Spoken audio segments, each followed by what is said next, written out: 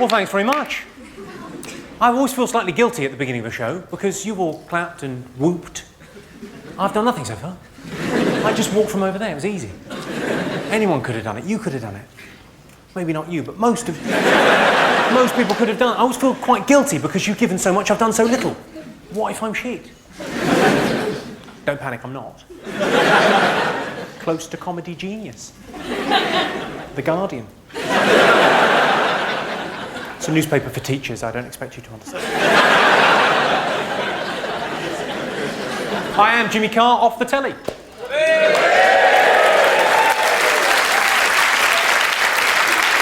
I know that because people come up to me and say, Jimmy Carr, off the telly. That tends to be less a description, more of a request. Fine. Swimming's good for you, especially if you're drowning. Not only do you get a cardiovascular workout, you also don't die. 2 ticks. I said to my girlfriend, I said, you shouldn't eat before you go swimming. She said, why? I said, you look fat.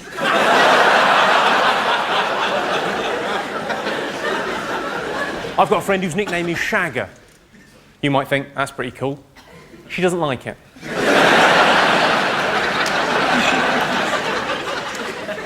You know those anti-AIDS red ribbons? You don't see so many of them around these days, do you? That is, I think, because these so-called anti-AIDS ribbons actually offer no protection. You think you're upset? I found out from a bloke in the gents. Do you realise that last joke makes me sound a little bit gay? I'm not. I realise I'm wearing the kind of shirt that's often lifted. But I'm not. My own mum thought I was gay. When I was 19, my mum was convinced I was gay. It's very difficult to convince your mum you're not gay. Until we got a camcorder, I was fucked. But I'm what's referred to as a gay-friendly act. You know? I'm a gay-friendly act. I was asked last November to judge Mr. Gay UK. I said it would be my pleasure. He's against nature and against God and he's going to hell.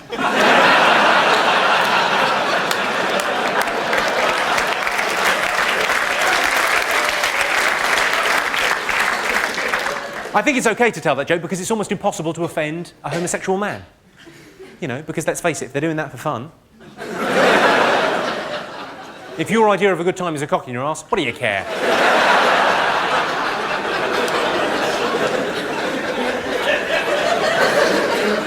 We've all thought about gay sex, though, haven't we? You've thought about gay sex, haven't you, sir? No. You haven't thought about gay sex.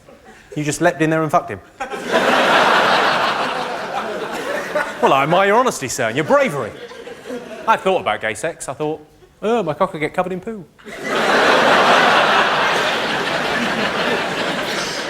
You're sniggering. What's your name, blonde lady? Who...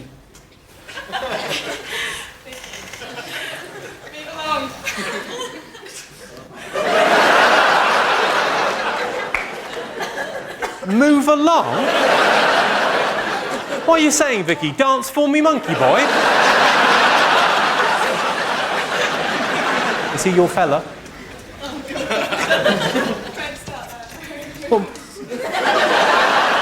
Well, what do you mean? He's either your fella or he isn't. Is he your fella? Yeah. Sorry, she's saying yes, and you're saying no, and you've gone really red and you look really embarrassed. They're fuck buddies.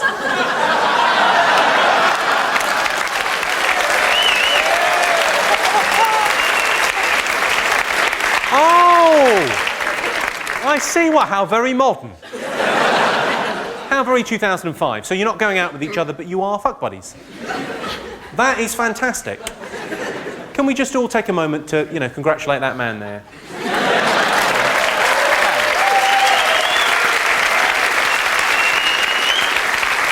A lot of work has gone into that. A lot of work has gone into that. He's had to buy a Cosmopolitan for a couple of years. Sorry? Her parents are going to watch this. And they'll know that you're a dirty little hussy.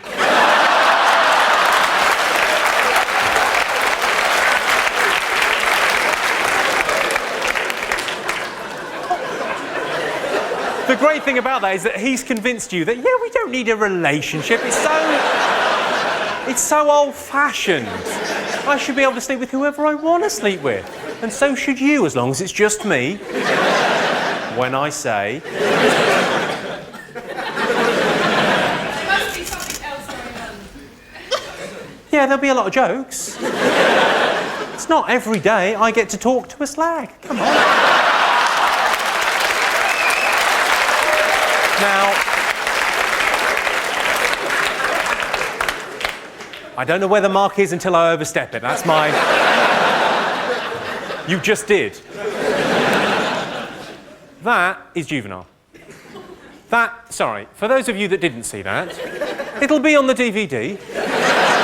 Available at all good car boots. Vicky's response to that, yeah, she's been called a slag at a show. That's not good in anyone's book, and I apologise for that unreservedly. But did you really need to do that?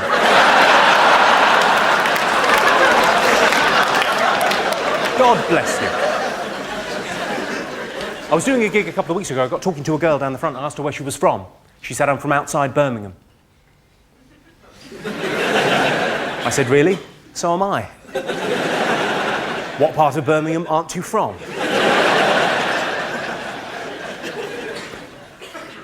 At what point, and really I'm asking the men, at what point do you get paranoid about receiving enlarge your penis emails? It's not just me getting them, is it? It's just I'm currently getting about 10 a day. 8 of them are from my girlfriend. The 2 from my mum that really hurt. It's a rather pitying look you're giving me there, madam. I don't need your pity, frankly. I'm not particularly well hung, but I don't mind admitting that. I'm not embarrassed or ashamed, because I know that any woman that thinks being well hung is important is just shallow. Maybe that's not quite the right term to use.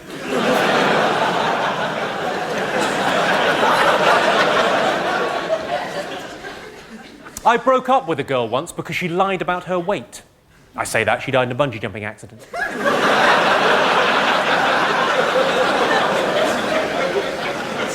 You see, because she was heavier and... Has anyone got anything he could be colouring in?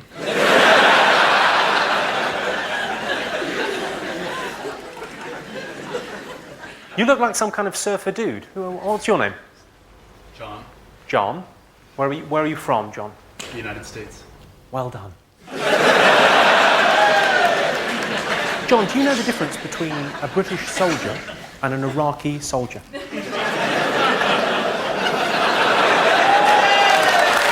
the difference? And what do you do, John? What are you doing over here? I don't need to check your papers, I'm just checking, just asking. I'm a college professor on vacation. You're a college professor on vacation. Okay, sounds like a setup for a movie. With hilarious consequences. And then he asked me for a fag. Oh. Fanny? I thought he meant bum. Oh. Yes. So what do you teach? I teach philosophy and religious studies. Philosophy and religious studies.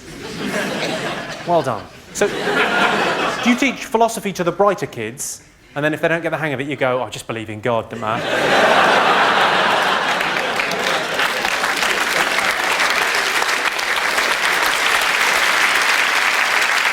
Well, I'll tell you why I've asked you all to come this evening, ladies and gentlemen. I'd like to talk to you about men that like obese women. I'm not talking about men that like women with a fuller figure. That seems entirely normal, natural and right. More cushion for the pushing, as I believe people say. I think that's the expression. No, I'm talking about men that like women who can't leave the house fat. So, I'm not talking about anyone in here this evening. Unless, in order to get out, someone had to cut the side of the house off and there was some sort of winch involved. I'm not talking about people with water retention. I'm talking about people with cake retention.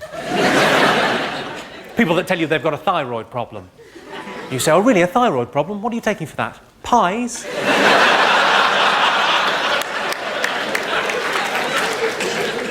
You know, the kind of girl that looks as if she makes a cracking breakfast, but wouldn't want to share it with you. I saw a thing on TV the other day, actually. It was on one of these kind of makeover shows that were on during the day. They did a makeover on a girl. She was 34 stone. It's like rearranging the deck chairs on the Titanic. I say a makeover, they gave her a fringe. Is that really going to turn the corner for a girl like that? That's what I'm asking. I don't think it will. I can't imagine a scenario where a guy, you know, he's drinking in a bar, he looks across, he sees a girl, she's 34 stone, be tough to miss her, let's face it. He thinks to himself, she's a little bit big for me. Goes back to his drink. Meanwhile, the makeover team are in. Snip, snip, snip. He looks back, he thinks, actually, I would. It's the excuses that get me. The excuses are amazing. The camera adds £10. Stop eating fucking cameras.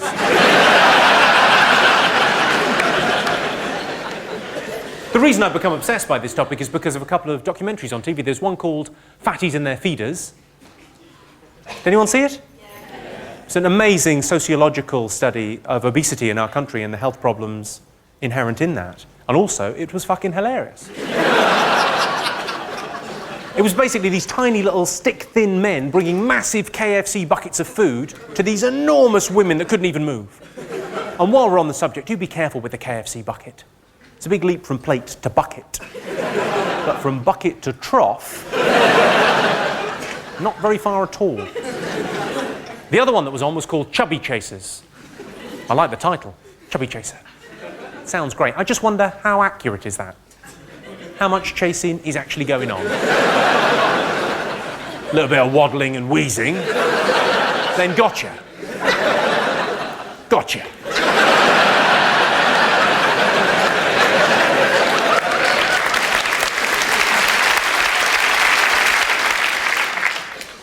The male gypsy moth can smell the female gypsy moth up to 7 miles away. And that fact also works if you remove the word moth.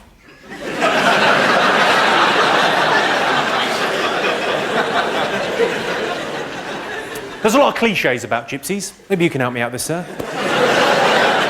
Have you ever tarmac to drive? No, of course not. You just take the deposit and fuck off like the rest of them.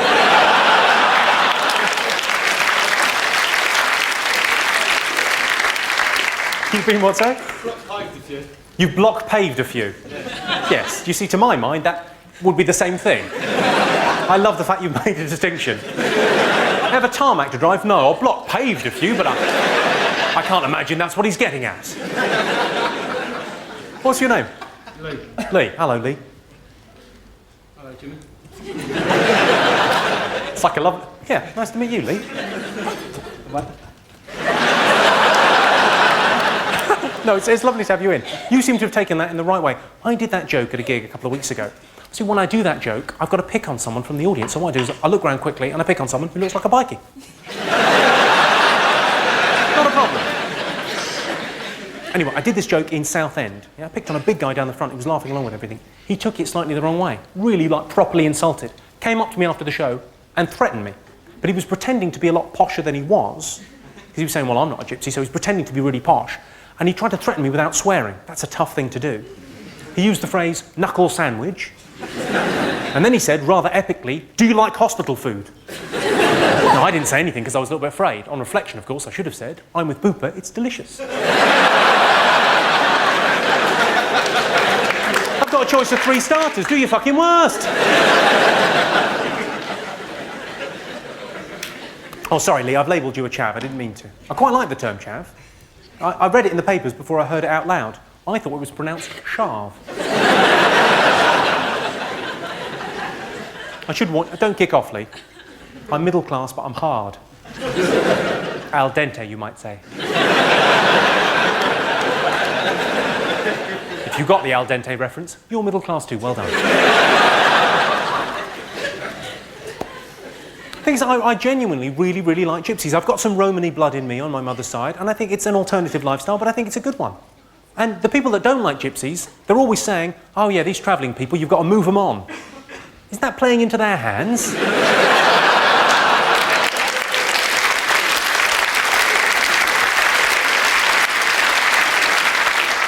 Right, well, we've done fat girls and gypsies. Religion. I used to be quite religious, and I'm fascinated by lots of religious groups. There's some brilliant ones. There's the people that wear the armbands, WWJD. Stands for What Would Jesus Do? And Christians wear them to remind them to be more like Christ in everyday life. They sort of see that and oh, what would Jesus do in this situation? Yeah. For the most part, they're very effective. They make people so annoying, you want to nail them to a cross. My absolute favourite Christian organisation of all time. It's called Christians Against Teenage Pregnancies. That's the Everest of hypocrisy, isn't it? If Jesus taught us nothing else, he taught us that the unwanted babies of teenage mums can turn out all right. You look as if you didn't quite understand that. Do you know who the protagonist is? It's Jesus. Born at Christmas or Easter. You must have heard of him. King of the Jews. Best Jew ever. He could walk on water. Well, he probably couldn't walk on water. His mum probably just exaggerated. He was probably very good on ice skates. He died for your sins. Cunt. I said to my girlfriend, I said, on Saturday, how would you like to go shopping with the girls, get yourself some new shoes, get your hair done in a different style, and then go out for a couple of bottles of Chardonnay? She said, that sounds brilliant. I said, good, because we're breaking up.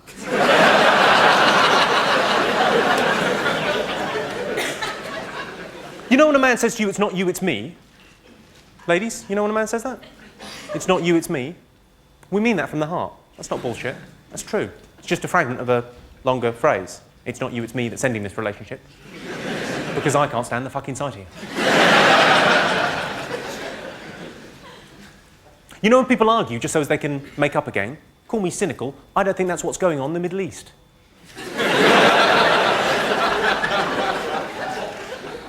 John Merrick, the Elephant Man, he was cruelly taunted all the way through his life. John Merrick was cruelly taunted all the way through his life. People said to him, you're the ugliest man in the world. But he didn't mind. Very thick-skinned.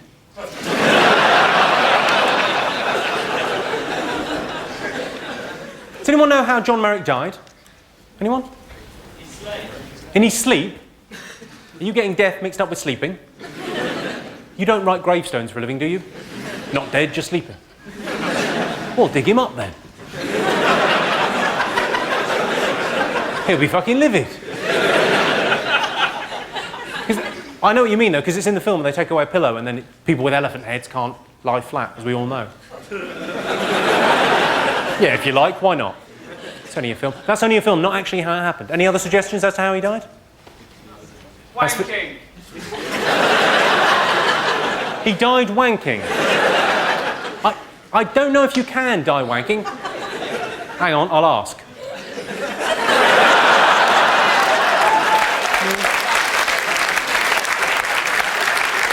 Can you die with a... Still here. He's still here. That is a good response. Still here. I've had some great suggestions recently from the audience. Too many sticky buns.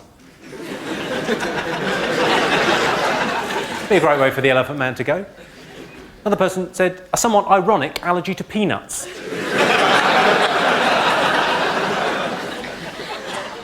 Someone suggested poachers.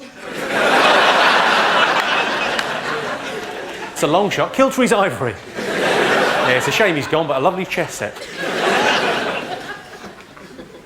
No, what actually happened was a bearded lady shot a dwarf out of a cannon and it landed on his elephant head. Freak accident. Come on.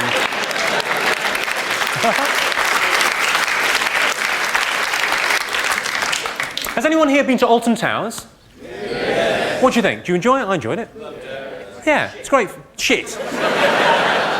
Go on, who was that? Was you? Did you have a shit time? It was awful. My God. Tell me more. The best thing about it, we robbed the fruit machine. Sorry, the best thing about Alton Towers was we robbed a fruit machine. That is an amazing sentence. Sorry, sir, your time as the gypsy this evening is now over. That is... Forget it. Forget it. You have been out-chavved. Well, you went to Alton Towers and your complaint was not enough to nick.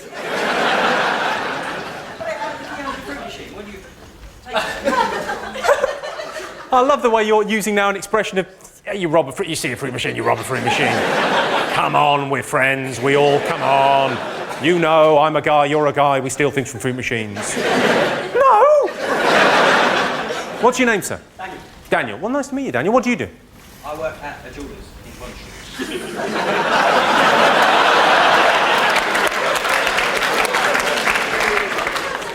Unless you're the cleaner, they've made a massive error of judgment. So how long have you been casing this joint? About a year. And when's the big job? This is great. Do I get paid extra if this ends up on Crime Watch? Well, I liked Alton Towers. I thought it was good. I thought, you know, Alton Towers is good. Who thought it was good? Yeah, it's all right. It's like a poor man's Disney. Sort of place you might send a child who's dying of something that isn't that serious. What's he got? Asthma? We'll have a whip round. I'm making no promises. Brittle bones? Brittle bones. Has he been to Chessington? He'll have to bring his own cap, yep. The reason I mention Alton Towers is they've got a ride that they've been advertising on TV again. It's a vertical drop roller coaster. Correct me if I'm wrong, that's a lift.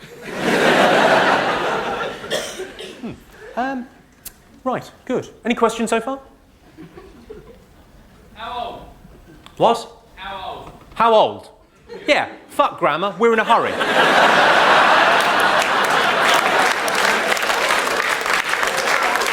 How lazy is that? How old? Not how old are you, or would you mind telling us how old you are? How old? 28.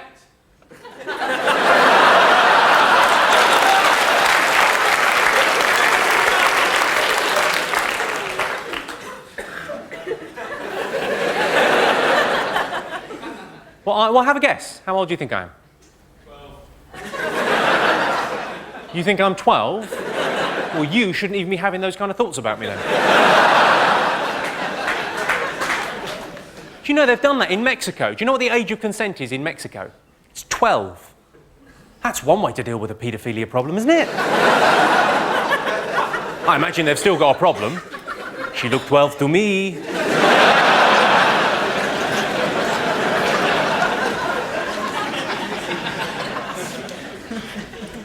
I didn't always used to do this for a living. I used to work for an oil company. It was the same sort of thing. It was telling lies to strangers. But that was a bit more awkward. That was much more, yeah, don't worry about Nigeria. That'll be fine.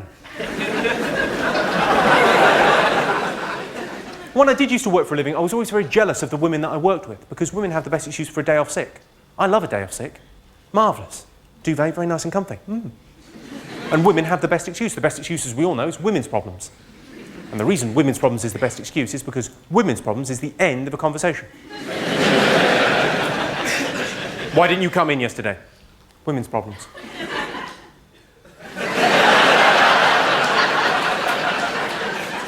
I like to think if I was the boss, things would be slightly different. Women's problems. Tits or fanny? Which is it? Maybe I could have a look.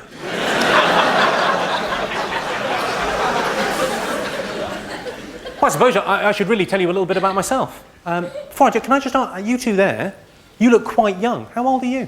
18. You're 18? Yeah. Are you? Yeah. Really? Yeah. Are you adding 6 years to your age? Because you think I might be a fucking idiot? You're 18, Yeah. but you've got a growth hormone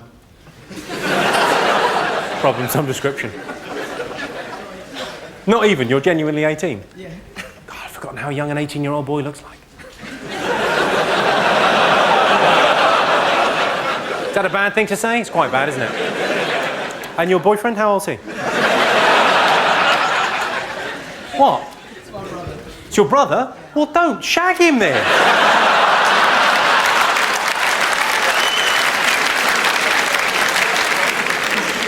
I noticed that your shirt, is that a fashion thing? It looks like it's covered in spunk.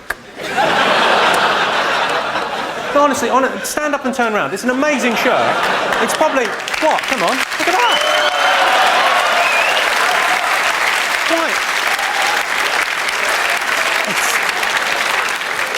It's quite a cool design when you look at it closely, but if you just glance at it, it looks like a plasterer's radio. That is a term used in the dogging fraternity, I believe. As in, I was out for the evening with Stan Collymore, I drove away with a car looking like a plasterer's radio.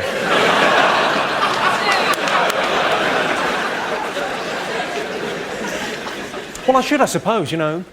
talk about myself a little bit. I grew up in Slough in the 1970s. If anyone wants to know what Slough was like in the 1970s, go there now. Actually, I went back recently. There's a sign as you drive in, it says Slough twinned with Montreux. I'll tell you this much, they're not identical twins. There's no chance of getting those mixed up. In fact, the only thing you need to know about Slough is one sign that we've got at the end of the high street. We've got one tourist information sign. Most towns of any note have many. We've just got the one. You know the ones that say, you are here? We've got one that says, you are here, but someone's added a question mark. So it now reads, you are here. Your travel agent is a cunt.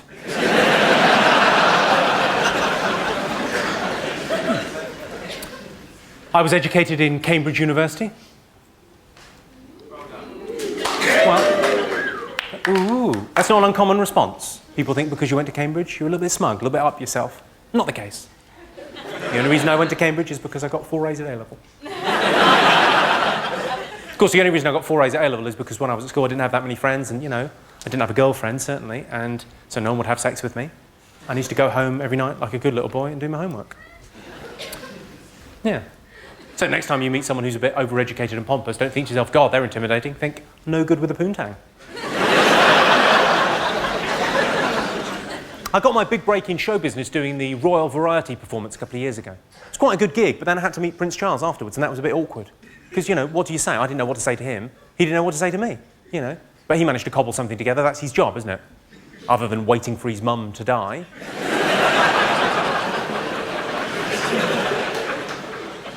He cobbled something. He said, very funny indeed, very good deadpanery. Now, we all know deadpanery is not a real word. But it's his mum's English, he can say what he fucking likes.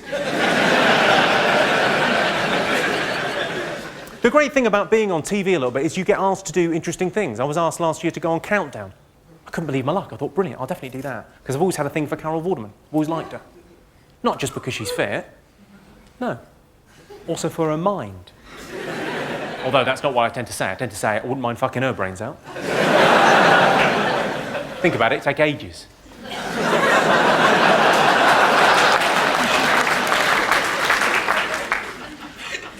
I should tell you a story about something else that happened because I'm a little bit on telly now, and people phone up and they ask you to do interesting things. I was asked about 3 years ago to write a journalistic piece for the first time. I was really excited. A Sunday paper phoned up. They said, "Would you like to write a piece for us?"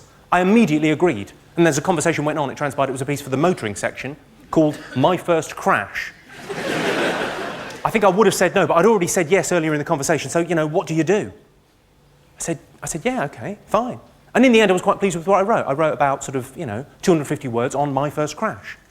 I said, what happened was I went on a driving holiday, flew into Barcelona, rented a car, went around Spain, Portugal, France, just staying in sort of 3-star hotels and B&Bs and just kind of hanging around, yeah?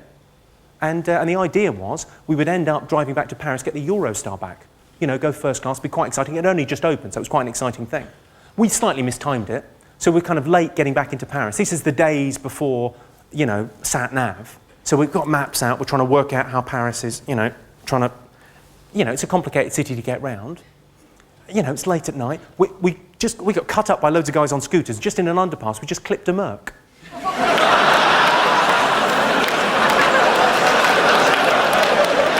No harm done.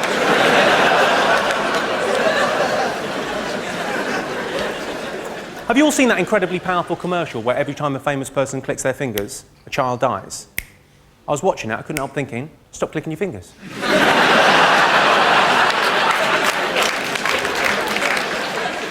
I went out to dinner last night, I killed 2 kids just getting the bill. For just £1 a day, you can feed a child in Africa. Sounds good, but I've checked, that's self-catering. I saw a thing on a notice board recently. They're organising a parachute jump for people with Alzheimer's. That's something that I'd pay to see. That's basically euthanasia. You all right, Grandad? Do you know what you're doing? I fought in the war. That's as maybe. 1,000, 2, 1,000. Are you my nephew?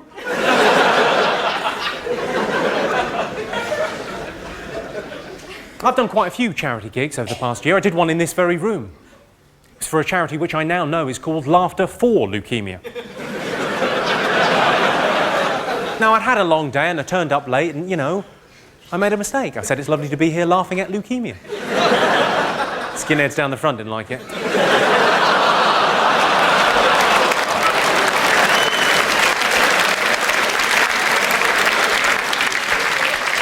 I was in Los Angeles last year. I did a gig for The Big Issue. They were relaunching The Big Issue out there, and they'd organised this big sort of gala gig. They asked me to do 5 minutes. I said it'd be my pleasure.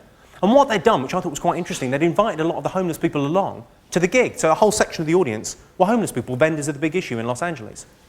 And I thought, what a brilliant thing, because you think hungry and homeless, but you don't think, you know, they could do with a night out. Night out's not the right phrase, but you get my drift. I walked out, I said, it's lovely to see so many bums on seats. This didn't translate, really. This is the problem with doing charity gigs for other people. What you want to do is have your own foundation, your own kind of, you know, your own charity. That's the brilliant thing that kind of big A-list celebrities get to do. They get to have their own charity. I'd love to do that. Look at Michael Jackson, he's got his own charity.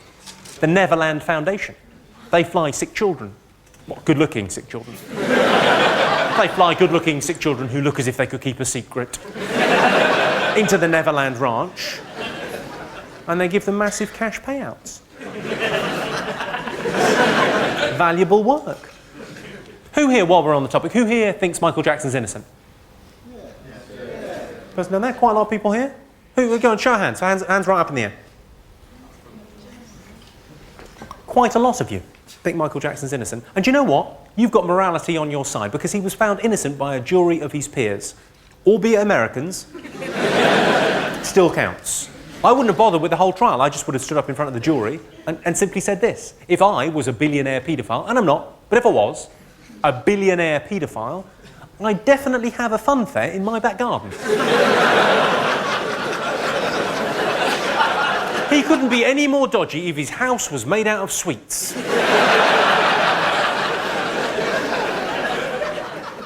Who here's got kids? Who here's got kids? You got kids? You've got kids?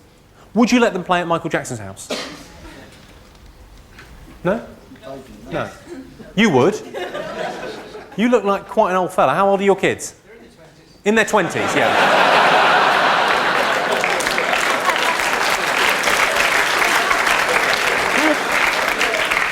Would you have let your children play at Michael Jackson's house when they were about 12? No. For $10 million? You'd have to think about it.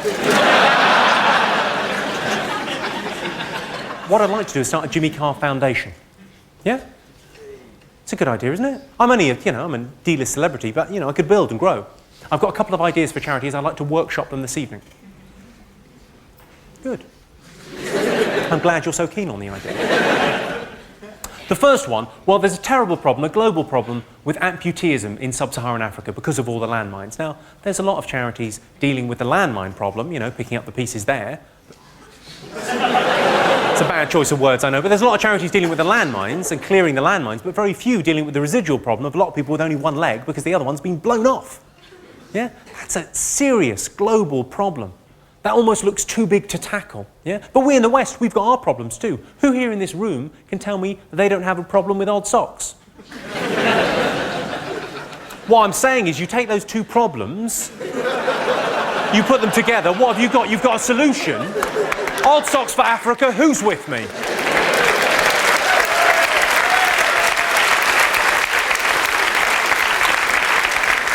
If there's one thing worse than having your leg blown off, it's the remaining foot being cold. The next idea I've had for a charity is not quite as PC as all that. Domestic violence. There's a topic for you. It happens, people don't like talking about it, but it happens in all our communities. Yeah? Something needs to be done. There's a lot of charities dealing with the aftermath.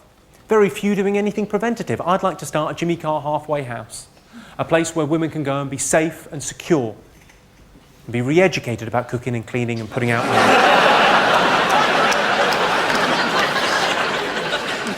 Doesn't need to happen.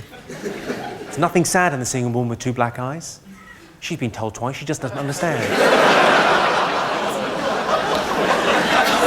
You're looking slightly disapproving there, madam. You're right. I like the fact that you two look incredibly rock and roll in a sea of middle class. What a wonderful thing. What do you do? Are you in a band or something? Me? Yeah. No, I work in a shop called Cyber. Called Cyber what? Cyber Dog. Cyberdog? Where do you think I got this? Hey? It's rubber on the inside.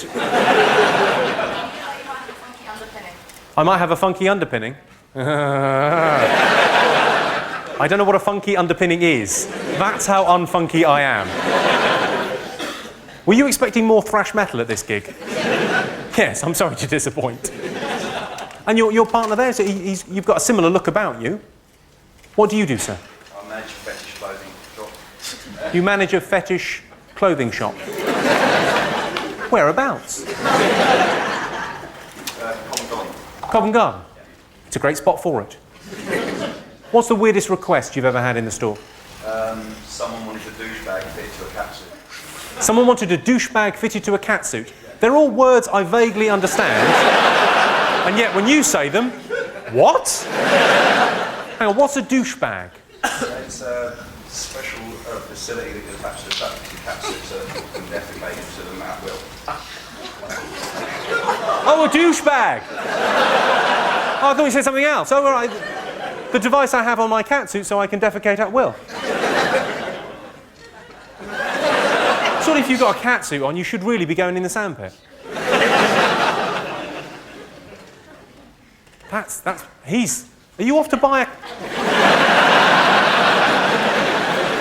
Did we just say defecate at will and you were off? Have you been hypnotised at some point?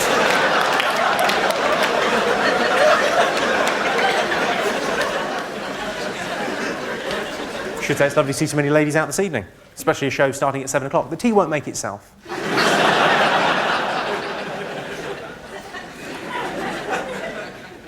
You're just staring, quietly judging. Yes, quite right. No. You look quite annoyed. I get it from him all the time. You get it from him all the time, do you? You lucky girl. I bet you love it. Sorry, it's in 1975. What do you do? I'm working in a bookshop. You work in a bookshop? Is it an adult bookshop? Actually, the children's section. In the children's section of an adult bookshop. That is bad. Did you know women reach their sexual peak after 35 years? Yes. Men reach theirs after about 4 minutes. Which is why we get more done.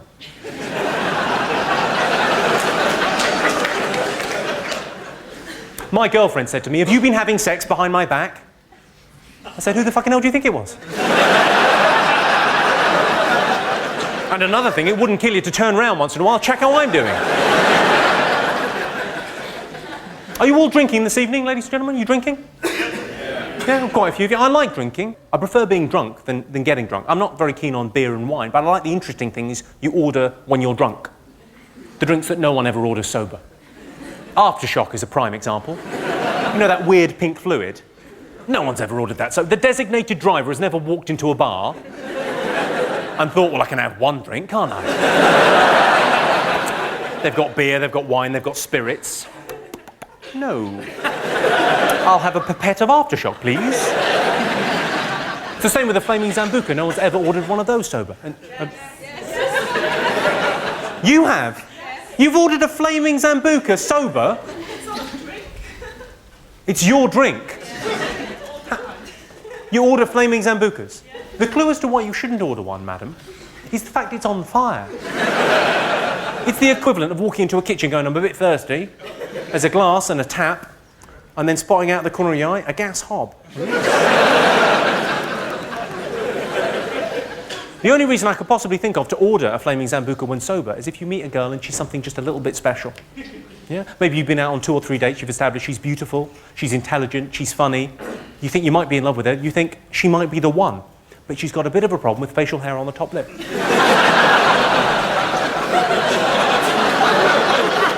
That can be an awkward thing to bring up. Much better, I think, Take her out for a drink. 2 flaming Zambucas, please. No, they're both for you. You know, and you drink flaming Zambucas as well? Whereabouts are you from? Newcastle. Oh, of course. Sorry, I'm sorry.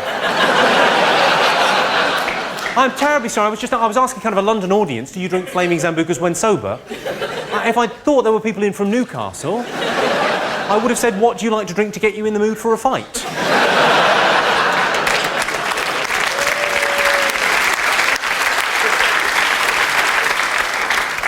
So what, you down here on the Rob, or what are you up to? So we sent you an email saying if you wanted to go out for drinks in Newcastle, we'd show you the better sites. The best sites in Newcastle? I imagine the one where you go... Oh. The best.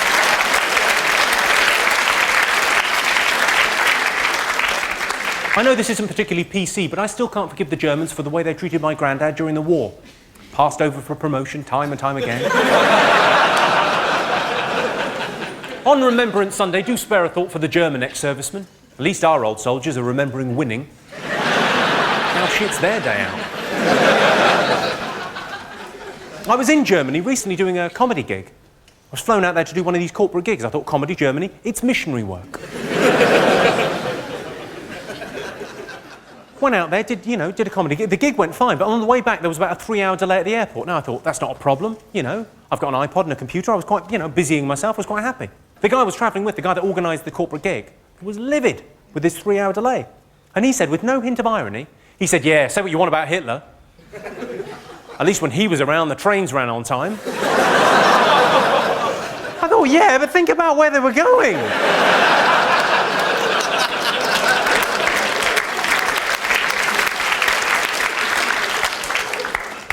I was in Edinburgh last year. I saw a sign in a window. It said, watch batteries fitted. I thought it was probably not the best show on. There's a sign up in my street saying the priorities of the traffic lights have changed. There's another sign saying, children, please drive carefully. I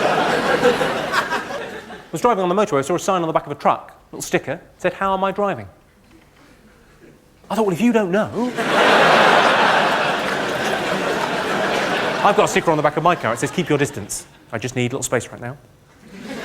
It's not you, it's me. You've got a question? No, I've got one of those, right? You've got one of those? In the curry house near where I live. Yeah. Try one of our curries, you'll never get better.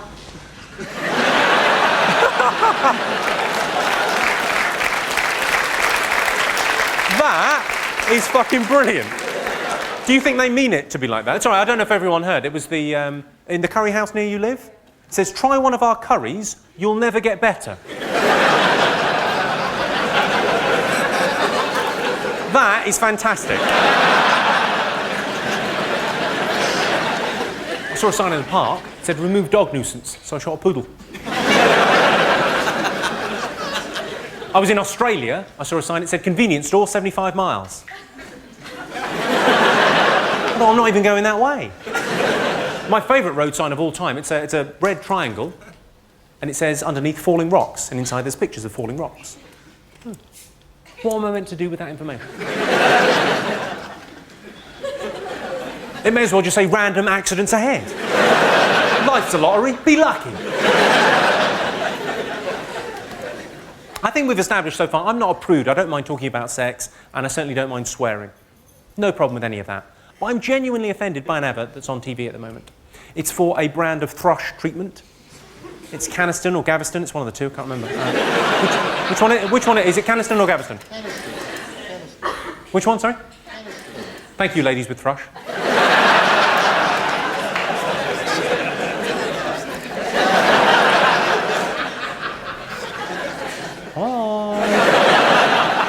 The reason I'm offended by it is I just don't see the point. Who's watching that and thinking, this is a well-made commercial?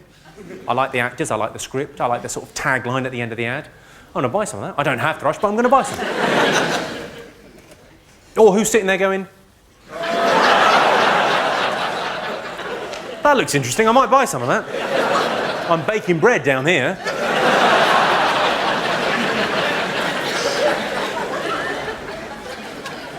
It's all very well going on a round-the-world trip on your holidays. Where are you going to go next year? I had a survey done on my house. 8 out of 10 people really rather liked it.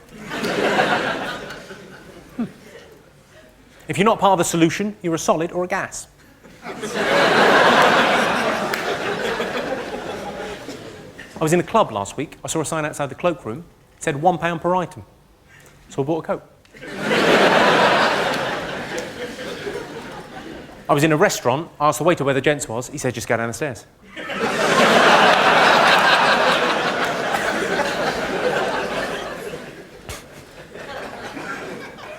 Try our curries, you'll never get better. Still having a bit of a giggle from that. My mother used to say to me, she was a very funny woman, my mother. She was a very kind of larger-than-life Irish lady. She used to say to me when I was little, she used to say, there are no strangers, just friends you haven't met yet. Don't talk to them. My dad took me to one side on my 21st birthday. He said to me, he said, Jimmy, the past is history. The future is a mystery. Right now is a gift. That's why it's called the present. I said, what, you didn't get me anything? Again? A wise old man once said to me, he said, people never really listen, they're just waiting for their turn to talk. At least I think that's what he said. I was driving through a very rough area of South London. I saw a big police sign by the side of the road. Big yellow and black thing. It said, violent crime here. Tuesday. 7:30. Can you help? No, I appreciate they're trying to bring communities together, but I don't even approve. I had a thing happen to me a couple of weeks ago, actually. In North London, close to where I live. I was walking home about 11:30 at night, and this young kid, about 15 or 16 years of age, comes running out of an alleyway at high speed. He's all out of breath and panting and clearly in some distress. He says, help, help, me and my mate are being mugged. I said, all right, calm down, take a breath. Of course I'll help. My mate and I are being mugged.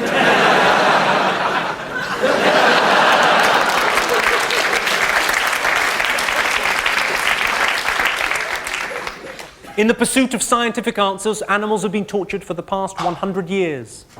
They're still not talking. I'm starting to think they don't know anything. I saw a brilliant bit of medical research that's been done recently. They've come up with a new product. It's like Viagra. It's like a Viagra inhaler that will give a man an erection within 30 seconds. Correct me if I'm wrong. A Viagra inhaler that will give a man an erection within 30 seconds. That's a blowjob. Another company spent hundreds of thousands of pounds researching the Atkins diet and came to the conclusion that it can cause depression. Now, I could have told you that without any need for research. That's just deductive reasoning. Everyone knows fat people are jolly.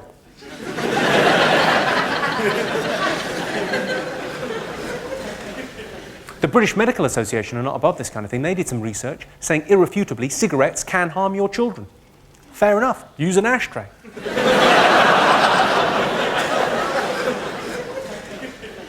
I worry about my nan. If she's alone in the house and she falls, does she make a noise?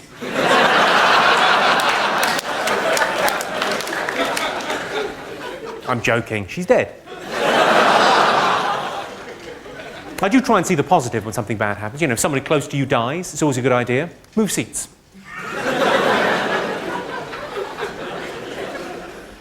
I remember when my nan was really ill in hospital, we went to visit her in Limerick, in Ireland.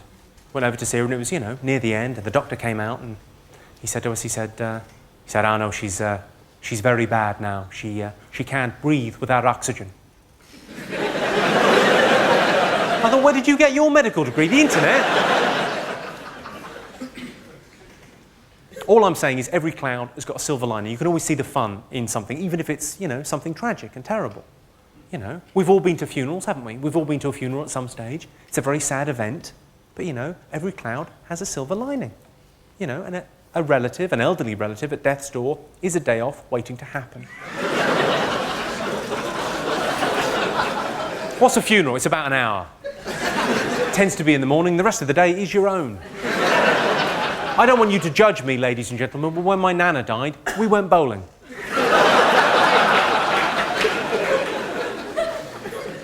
Not immediately on hearing the news, but that afternoon after the funeral, we went bowling. You know, life goes on. Not hers, obviously. She was in a box on fire. I was on fire. 3 strikes.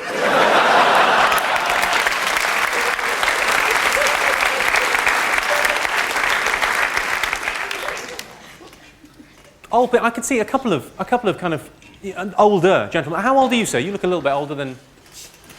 Yeah. 70. Well, 70's quite old, I think. Yeah. Nice to have you here, sir. Nice age range. What do you do? Fine. Well, you've earned that, frankly. Some of these fucking layabouts. I bet it was different in your day, wasn't it? 70, I bet you were loving the anti-German stuff, weren't you? Yeah, fuck them.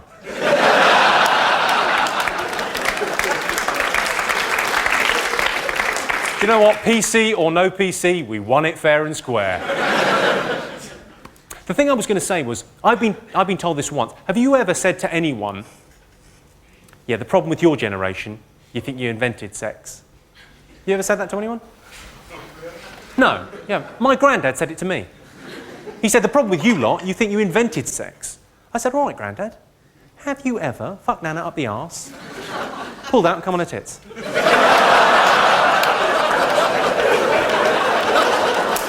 Turns out he had, that's what killed her.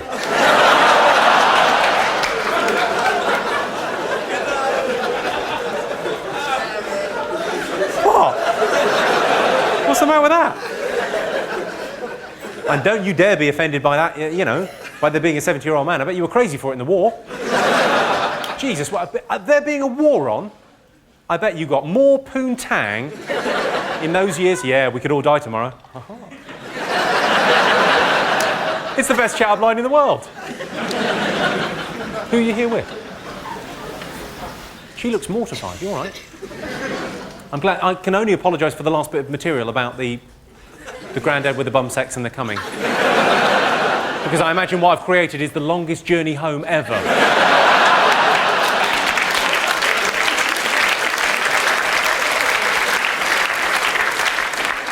Yeah, Dad, I enjoyed the show.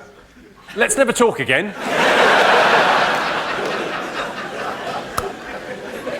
Oh. Right, what else was I going to talk about? It's 18 years since the Chernobyl disaster. Is it just me that's surprised? Still no superheroes.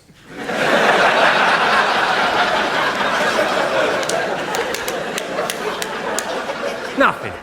Not so much as a giant lizard. Is anyone married in? Who's married? Yeah? Well, what's the longest someone's been married? 2 days. 2 days? Who's been married for 2 days? You got married on? Friday. On Friday? Well, congratulations. Well done you.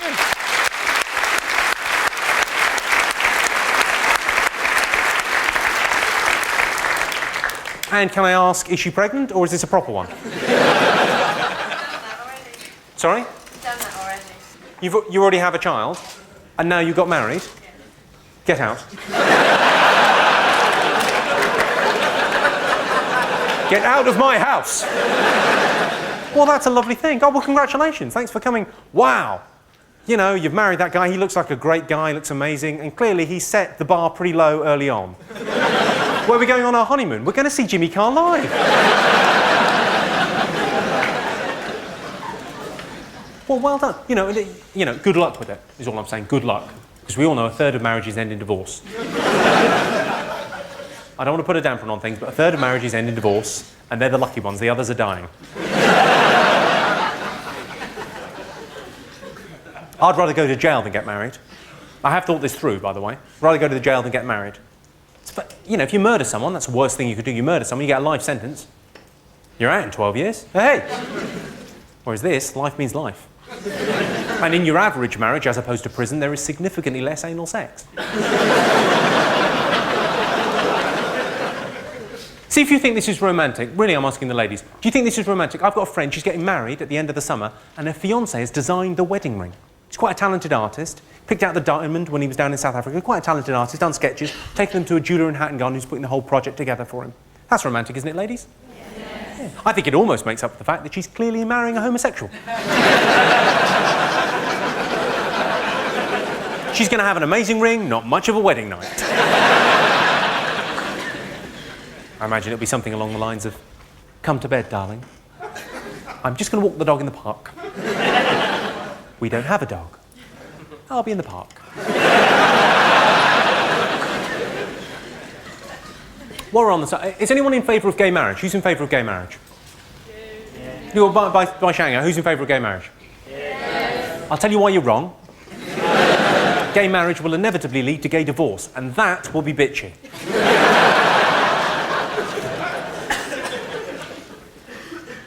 I'll tell you what happened to me recently. I was having a meeting in Mayfair in London, walked out of the restaurant where we were having the meeting, and I bumped into a guy selling the big issue. About 22, 23 years of age, and I got talking to him. I bought the big issue off him. I buy it, I don't read it. I don't mind the big issue, but, you know, magazine for the homeless, there's not one advert for a flat. They're not trying, are they? Anyway, got talking to this guy, I asked him what was going on in his life. He said, I'm looking for somewhere to live. I said, right. We're in Mayfair. Did you not play Monopoly when you were a child? You want to get yourself down the Old Kent Road, mate? It's not just an expression, beggars can't be choosers. I've got a cautionary tale for the men in the room. This concerns, you know, the kind of ability that men have got to say something immediately. They don't think about it, just walk straight out. Or didn't know I'd said it. They kind of think it and then talk at exactly the same time. This happened to two friends of mine, Dave and Susan. They've been going out for years and years and years, 10 years, since college. Susan went home for the weekend to see her parents. They had Sunday lunch together, they got a little bit tipsy over lunch. Nothing the matter with that, you would think. Lovely. All the way up to Hull to see them. Got drunk over Sunday lunch. Somehow the topic of wife swapping came up. And her parents, for a joke, said, oh, we were terrible for that back in the 70s. Oh, keys in a bowl at a party. Oh, terrible. Oh, always doing it. We don't know who your real dad is. They said that to their daughter. Now, she was fine at the time because she was drunk at a lunch. But then on the train ride home, she starts to feel a bit grimy and horrible and, oh. And eventually she works herself up into a real state. She thinks, well, maybe it was a joke on me. Maybe they were joking, but I was the butt of the joke. Maybe they did do that in the 70s. Maybe he's not my real dad. Oh, God. She got into Dave, and of course what Dave should have done is taken her in his strong, loving arms. Hey, it's just a silly joke. I'll pop the kettle on, I'll make you a cup of tea, I'll run you a bath. Shh. That is what he should have done. And that's not what he did. That's not what he said.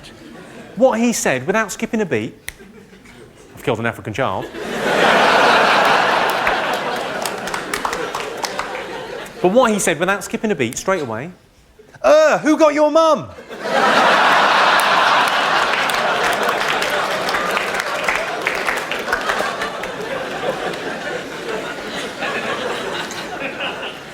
Tits or bum? Tits. Tits or bum? Bum. Tits or bum? Tits. Tits or bum? Tits. Tits or bum? Pecs. Pecs.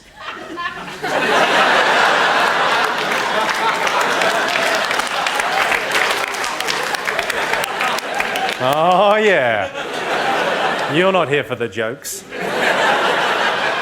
Tits or bum? Tits, clearly. Tits or bum? Bum. Tits or bum? Bum. Every man in the room has now made their decision. Tits or bum. There's only two categories of men. We'll leave that for another day. There's two categories of men, tits or bum. That's it. Every man in the room will have made their decision by now. You might be sitting next to someone you've been married to for 18 years. You might be thinking, well, actually, our relationship is a little bit deeper than just tits or bum. We're best friends, there's a spiritual connection, it's been going, you know. It's a little bit more than just tits or bum, Mr. Funny Man. Whereas he'll be thinking, terrific norks. The reason I mention it is because I've never heard a woman make that distinction. I've never once heard a woman say, yeah, cock, I could take or leave. But a nice set of clangers. Oh.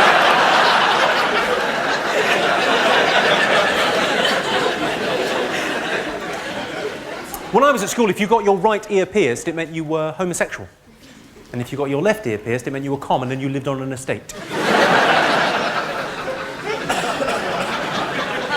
I had a friend when I was at school called Russell. Well, I say he was a friend. He was actually someone that just came and sat next to me when I was 5 on the first day of school and continued to hang around for the next 17 years, inviting himself along to things and just generally being there and getting in the way. We've all got one of those, though, haven't we? If you're thinking, I haven't, it's you.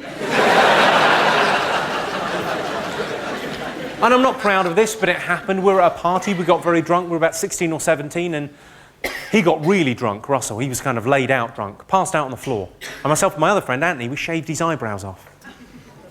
He was really surprised. But you couldn't tell.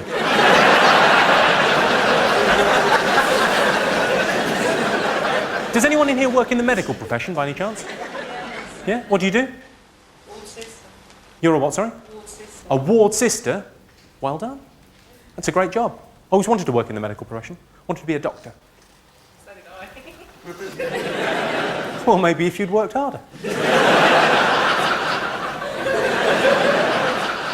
No, ward sisters are perfect. Yeah, it's a great job. It's a brilliant thing. But I always wanted to work in the medical profession because, you know, I liked the lab coat and I thought the stethoscope was cool and I thought chicks would like me.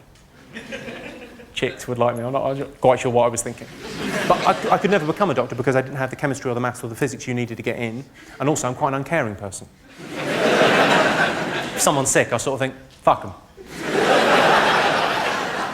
But I think I found a hospital in South London where I'd be able to get a job. It's the Wandsworth Hospice for Incurable Diseases. How tough could that be? You'd stroll in about 11:30, chat up with a couple of nurses, you know, check what's for lunch. A patient would come up. Can you do anything, doctor? Did you not read the sign? The only thing better than being a doctor, I think, would be to be a vet. I'd love to be a vet. Because vets are like doctors, they're admired in the community. Is there any vets in by any chance? You're a vet? You're a student vet. You have picked a winner. The great thing about being a vet, and you're just a student vet, but the great thing about being a vet is you've got the Joker card you can play. If you absolutely have to be somewhere at 6:30, you can play the Joker card. The big injection. If you can't work out what the problem is, or it's too much bother, whoop, gone. That problem has gone away. The veterinary surgery, the local vets has got an incinerator out the back, for a reason. Because they're busy people. I've never once heard a doctor say, yeah, your 10-year-old boy's had a good innings. He's quite severely asthmatic. You know, we could keep him alive with pills and injections and whatnot, but it's quite expensive and a little bit messy. It'd be much easier if I just put him off to sleep with this. And vets always try and sweeten the deal as well, with the, I could take care of the body for you. Yeah, for £75. It's a spaniel, I live next to a canal. You work it out.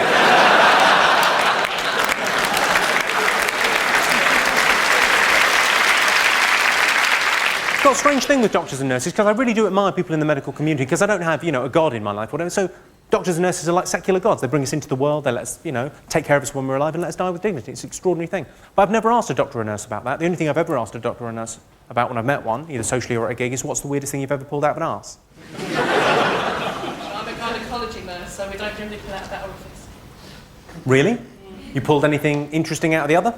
Batteries, balls, pebbles, tops of hair tops. Sorry, hang on. Slow down.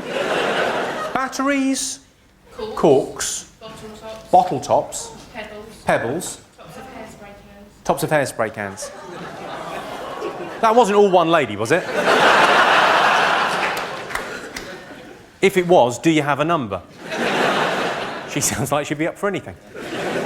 Wow, that's pretty grisly. I had a story recently from a nurse about, she said the weirdest thing she ever pulled out of an arse was a vibrator. That's pretty plain vanilla, it's where they're meant to go. She said the funny thing about it was when they x-rayed him, it was still vibrating. That's awful, isn't it? For many reasons. I imagine the poor guy doing the x-ray was hitting the machine going, this thing's on the fritz again, he's standing there. What an agonising wait in A&E though. Excuse me, sir, could you turn off your mobile phone? It's not a mobile phone. Well, what is it? I've got a prosthetic cock vibrating my arse. As you were.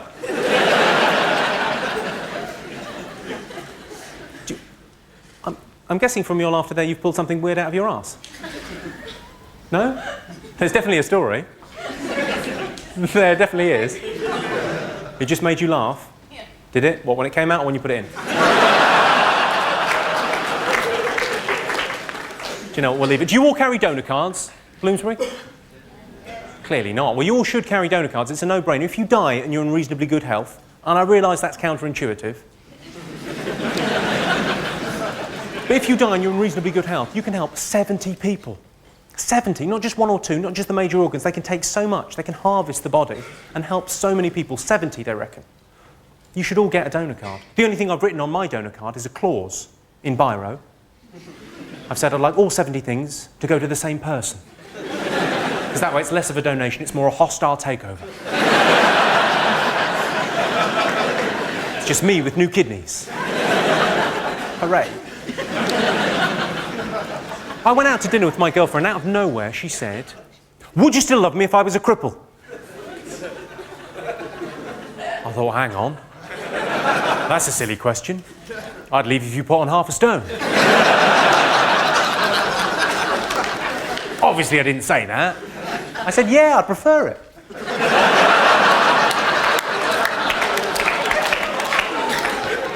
Here's a piece of advice for you. Never leave electrical goods plugged in overnight. 2 exceptions, fridges and life supports.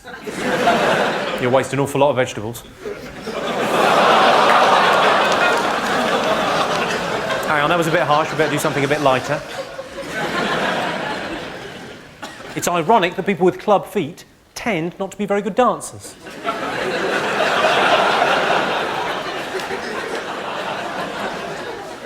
Has anyone here read Stephen Hawking's Brief History of Time? Did you understand it all? No. Well, fair enough. I understood about half of it. I think that's pretty good going, though, when you consider he wrote it with a straw. Cut him some slack. There's bound to be some typos.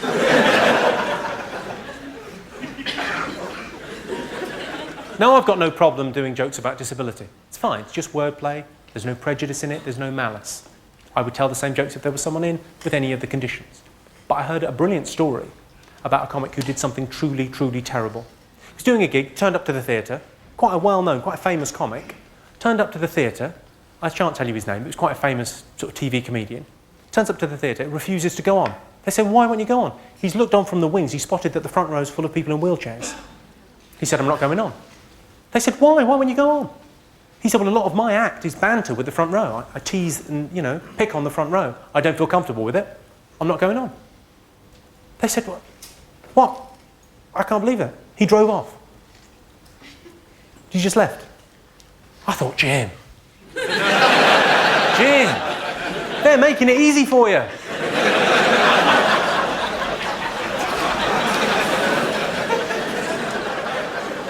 What is it about being blind that makes you want to walk the dog the whole time? Say what you want about the deaf.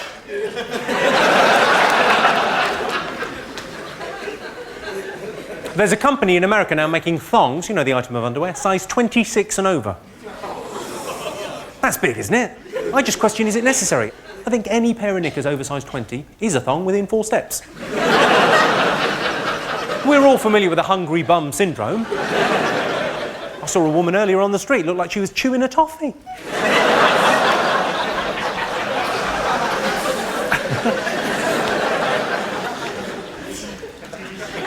I've discovered, gentlemen, the worst thing you can say when your girlfriend says to you, does my bum look big in this? Is not yes. The worst thing you can say is, let me step back, get it all in.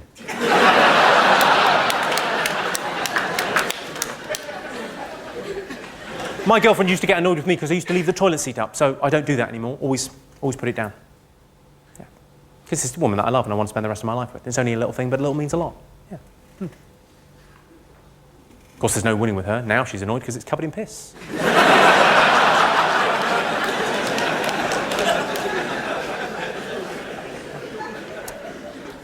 They say don't masturbate, you'll go blind. Yeah, only if you get it in your eyes. Aim away. Who do you think about when you masturbate? Her? So do I, she's lovely. That was a good answer. You think about your partner when you masturbate. I think I'll put my hand on my heart, speak on behalf of every man in here and say, when we masturbate, we think about you ladies. We think about our partners, our wives and our girlfriends. Yeah? We think, we do. I do, I always think of my girlfriend. I think, Ocean's walk in. She doesn't even know I've got these magazines. I'd like to end by talking about threesomes, because it tends to divide the sexes. Most men would be quite up for a threesome with 2 girls. Most women don't really fancy that action. If you're asked to bring a friend, you tend to get a little bit offended. And I think it's because men are such bad communicators. You know, when we ask for that, women sort of hear, oh, what? I'm not enough woman for you. You need 2 women to satisfy you because you're such a big man. That's not what we're saying, ladies. What we're saying is, wouldn't it be brilliant if after sex there was someone there for you to talk to? So, Jimmy Carr, thank you very much indeed. Cheers. Good night. Thank you. Thanks very much.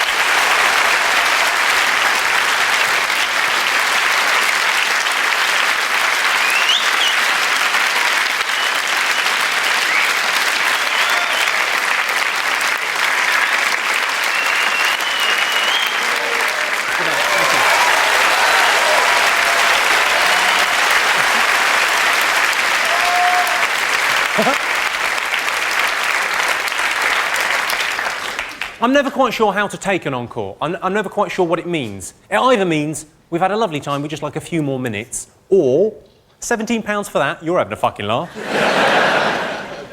Shall I tell you what this is like, ladies and gentlemen? It's very much like, after talking to you for about an hour, it's like being at a dinner party and realising you're the only one on cocaine.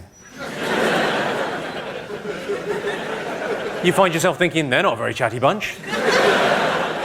If it wasn't for me, this would be shit.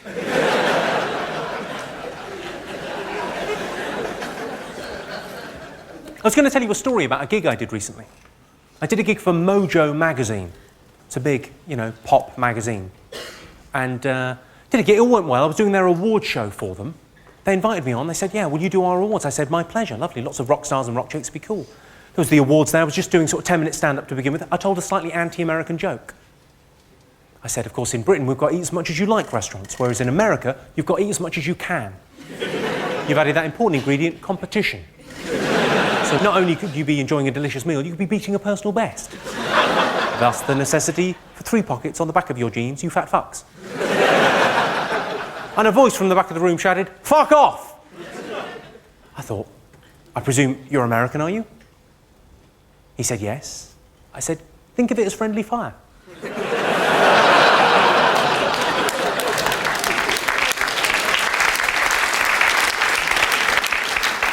He then shouted, fuck off again, but louder. I thought, well, I better deal with this. I said, I'm sorry, ladies and gentlemen, the only reason I got into comedy and doing this kind of thing is because I thought it would be a bit of a fanny magnet. I wasn't expecting a cunt like that.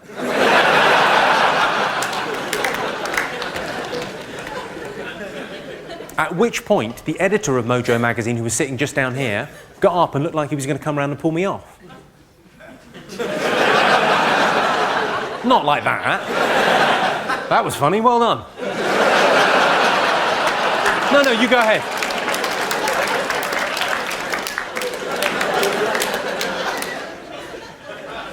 I sort of signalled to him to stop. I signalled to him to stop. I said, I'm sorry, sir, it was a cheap shot. It's a bullseye, doesn't matter.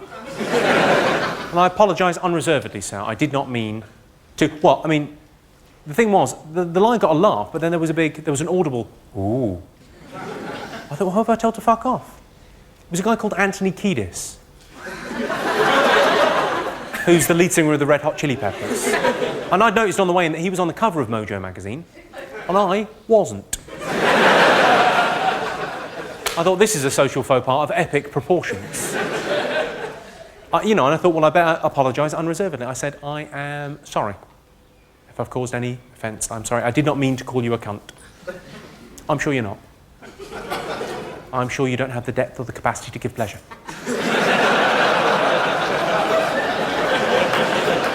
I'd say comfortably 4 minutes later, I was presenting him with a Lifetime Achievement Award.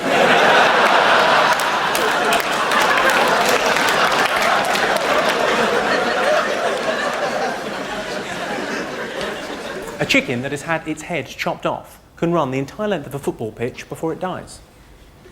That's what I call an opening ceremony. My girlfriend used to think that magazines like Zoo and Nuts and FHM and Maxim were pornographic, till she found my real stash. Obviously, I mean, it goes the other way too. You know, men are no good at stopping and asking for directions. Would you agree with that, ladies?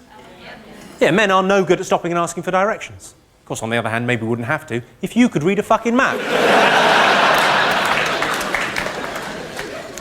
I've got no problem buying tampons. I'm a fairly modern man. But apparently they're not a proper present.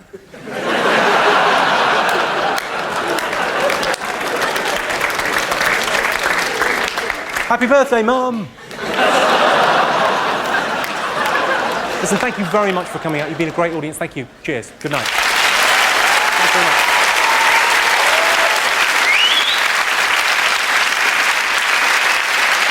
Thanks very much.